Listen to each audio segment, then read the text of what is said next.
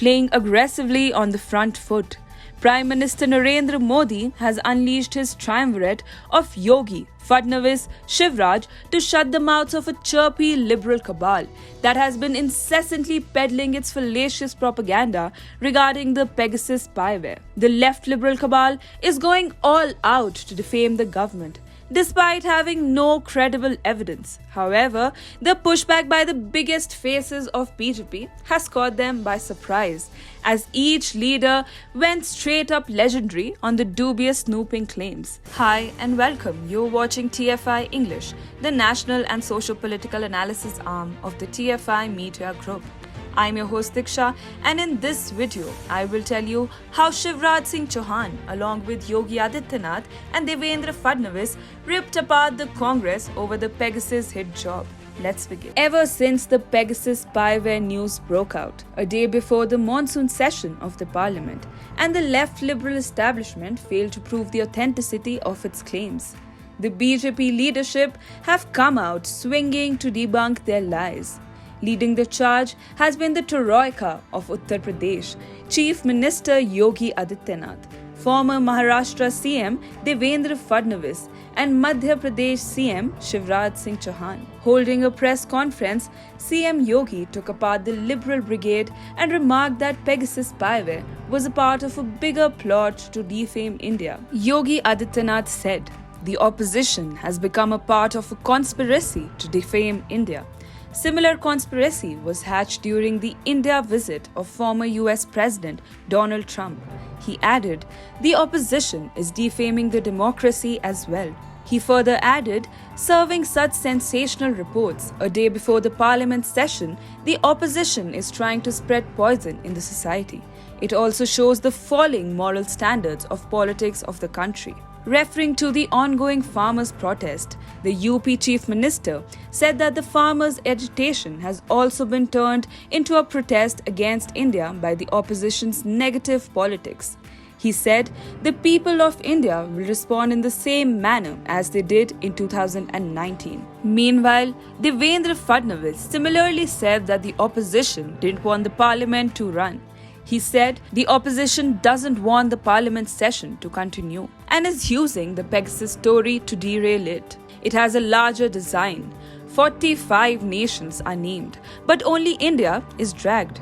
One day before the session, the report is printed and published so that the ruckus can be created in the parliament. It is a conspiracy to demonize the Indian democracy. However, out of the three, it was Shivraj Chouhan that was in no-holds-barred mood, as he targeted Congress by stating that a party that had already reached zero, what goals the government of India could fulfill by spying on it. For Congress, family is first. I don't understand the politics of Congress.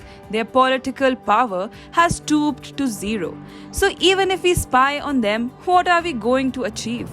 The CM didn't stop here and took a jibe at Congress party prince as well, saying, Rahul Gandhi ji खुद राजनीतिक रूप से शून्य है। अब आलू से सोना बनाने वाले व्यक्ति का फोन टैप करवा के हम क्या करें?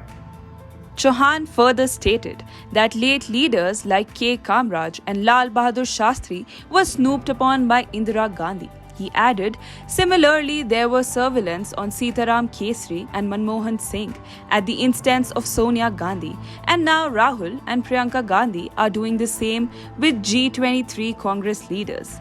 Many leaders in the UPA government had made allegations of phone tapping. Shivraj remembered that Manmohan Singh had mentioned that the phone tapping was done by a private agency, not by the government. Reported by TFI and RTI filed by one Prasenjit Mandal in 2013 revealed that around 9,000 phones and 500 email accounts were watched every month by the UPA government at the time. The response was given by none other than the Ministry of Home Affairs on August 6, 2013.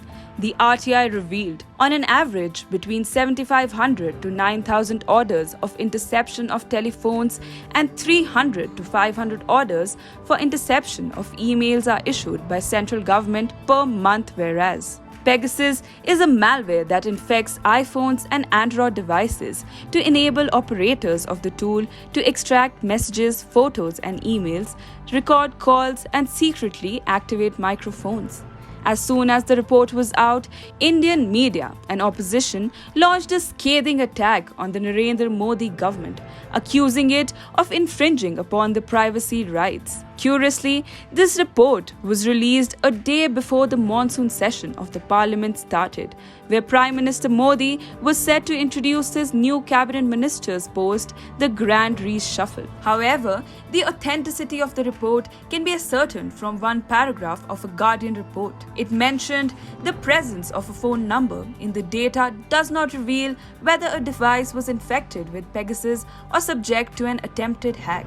However, the consortium believes that data is indicative of the potential targets NSO's government clients identified in advance of possible surveillance attempts. While liberal lobby churns such engaging lies, the government continues to go about its business as the lieutenants in Yogi-Fadnavis-Shivraj hammer them down quietly.